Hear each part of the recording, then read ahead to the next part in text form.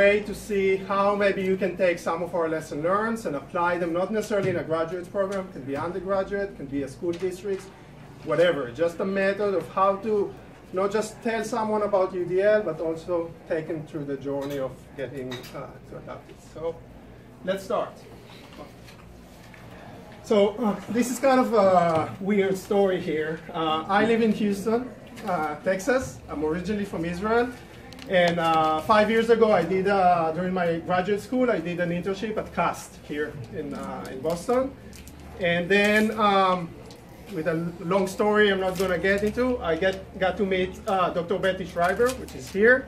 And she really, I told her about UDL and all of that. She got very excited, and she basically said, we need to teach it in Israel. I want you to, so let's get started. So our objective was to bring UDL to Israel, which is the first known case of UDL in Israel. We wanted to introduce UDL to professionals, but really our objective was we wanted UDL to be used in Israel, not just for someone to learn about another cool theory which stays in books once you graduate, right? And when we're talking about social justice, you know, for us, the bottom line, yeah, everything is important and all of that. What impact can you make, right? What can one person do? And we did a little bit of our formula here. We have one course, 2 professors, 19 teachers. In this case, we're going to have 30 this year. But we affect 19 classrooms in 19 different schools. And therefore, we affect at least 200 students. And these are students that already, you know, with learning disabilities and all of that. So basically, every students that we affect, obviously it's a great story, but we think this is a great leverage story here. So our class is very diverse. Given that this is the leading educational college in Israel, it has a very high requirements. You have to have a deck that you design. You have an idea, you say, I want to sit and rest, I have these things, I'm going to test, I create a prototype, let few people test it, get the feedback, improve it, right? Anyone that ever develop a product, it makes sense, but I think in education, sometimes we don't get that, okay? We don't accept the loop of getting feedback and improve things and all of that. And because we are using a lot of technology here, I know that UDL can be done in many ways, but our emphasis was technology. Given it's a master's in technology and education, we wanted them to use you know, electronic tools, meaning that you actually have the evidence, right? It's not a conceptual thing or an activity that you do in class. You actually create a video and text and all of these things, and it's something that can later be improved or added to, or, you know. The other thing that, that we asked them to do, we asked them to leverage iPads. We want them things to be mobile in class. And then we actually leverage a software called Survey Gizmo. It was designed for online surveys. I don't know, if you get some marketing surveys, you might actually use it. The cool thing about it, especially if any one of you is working with online creation stuff, that this is pretty cheap and easy to use tool to get people as kind of an introduction to instructional design. And I think it's also strengthen the value of, you know, of UDL, and other people get to talk about it. It's not like a one-way thing. I think for me, this was maybe the #1 thing about this. So we have proven that every one of these teachers was able to apply UDL within their classroom, and you'll see it in a second. So first, given that we are on 2 different continents, how did we work? So we had basically 4 ways of delivery. We have online assignments. We had video lectures. You see me there. This is my smile at 4 a.m. in Houston. and then we had face-to-face activities. So I actually traveled to Israel for 2 weeks and was teaching 2 of the weekly classes, and actually made a big difference for me to actually come in, meet the students, and build a relationship, which later help us, you know, maintain the the class. And then I spend a lot of time in mentoring. This is my personal experience. It's you know, when try to teach someone something is a unique case, it really doesn't apply to, hey, I'm going to give you a lecture and you figure out how to apply it to your. In this case, you see that we have one student that is deaf, one of our students. And in this case, you can see that we had a translator in class. But for the group activity, the translator is not available, right? So actually, another classmate that has the right background was in the team with our student that needed a translation. And we're using, I think this was Skype, with basically 3 cameras, and this is 3 different locations to actually do all the translation from basically my couch, right? So it's amazing what technology can do today, and it really worked well. This is not something we were struggling with. It's something that actually we very much enjoyed. Next, a little bit of an outline. Again, I don't know how much of it will actually apply for your specific case, but I think it's important to show it. We of the week, and we gave them milestones, things that they needed to do every week, basically, so I don't lose track with their progress, right?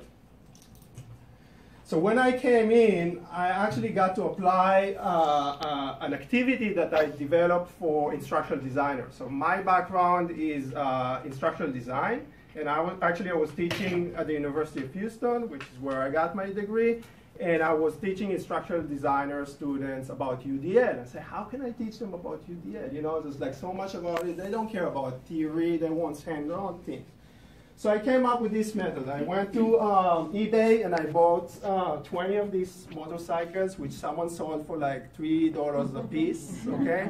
And I brought it to class and I said, okay, you have a very easy assignment here. I want you to write instructions on how to put this motorcycle together, but the little, you know, but is like in 4 different ways. I wanted text with no images whatsoever. So you just show me with words the instructions of how to put together the Lego model.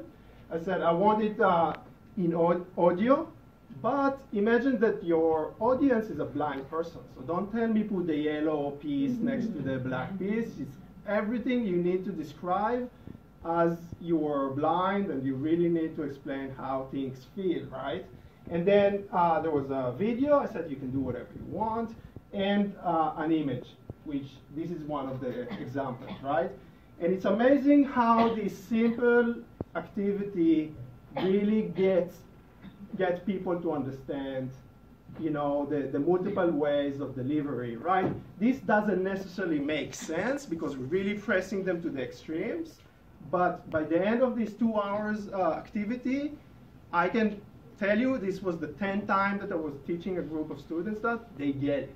And I think that's really, that really worked well for us, is works in teams. So again, this is a very diverse background, and there's a lot of things that they needed to learn here, you know, around UDL and creation, and we found out that just getting them in groups really helped them to help each other, and they came up with new ideas, and some of them are students with the same backgrounds. So it's things that we wanted people to get the experience with. The ability to create content. At the beginning, we asked how many of you ever created a video with yourselves and uploaded it to YouTube. So almost everyone is using YouTube, but how many people actually have an account, and how many people actually uploaded content? These are basic things. They're not too difficult to learn, but just people don't do it because the average person does not need to do it. So there's the aspect of how to translate your teaching skills into teaching material, right? And then the other level is to understand how to use some kind of a platform. There's Google Forms and so forth. There's a million things out there. We put some of the names here, but basically you use one set of tools to create content, your audio, your video, your text, your images, and all of that, and then another tool to curate all the things, and you really need to understand how to use both of them to create content. Now we're going to do a little bit of a UDL moment here. We have 3 examples, and I'm going to talk about one of them. I'm going to just to let you know, we have a poster sessions with all the projects that the student did. So this is just like a teaser, right? If you're really interested in that, we'll be here to take all your questions. So who wants to hear about example 1? Just raise your hand. Okay, example 2. Okay, and 3. Okay, 3 it is. Not this one, not this one. Okay, so this is a great story. What you see here is 2 kids using the online content to learn about horses and about a ranch. And basically, there's nothing special here unless you speak with a teacher that told us that these 2 kids never did anything in class. You could not get them to sit and actually do something. And they were actually sitting there and doing it again and again, being fully engaged with the ability to see videos and all of that. So please come later on and we can actually show you more details. Quickly, I'm going to go over challenges. Working with Survey Gizmo, it's a tool. The teachers needed to learn how to do it. Some of them was easy, other ones more challenging. Distance teaching, as you can assume, can be challenging. Internet access in schools, I know that's a problem in the US as well. Sometimes there's firewall and it makes it difficult. There was not a lot of Hebrew-based material on UDL, so we needed to translate some things. Student technology skills, not everyone are ready to actually create content.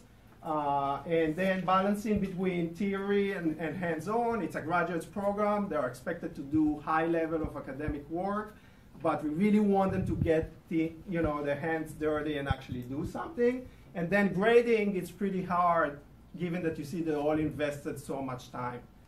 So I'm just going to conclude with 4 points. Of our lesson learned, to allow students to use whatever platform they want, to give really clear guidance, to emphasize that there's also academic part to it, co-teaching with Betty here that represent the academic brain and I'm more the hands-on brain, I think was really good. And I think we gave the students actually a project that they implemented, and it's now with them for life. Thank you very much.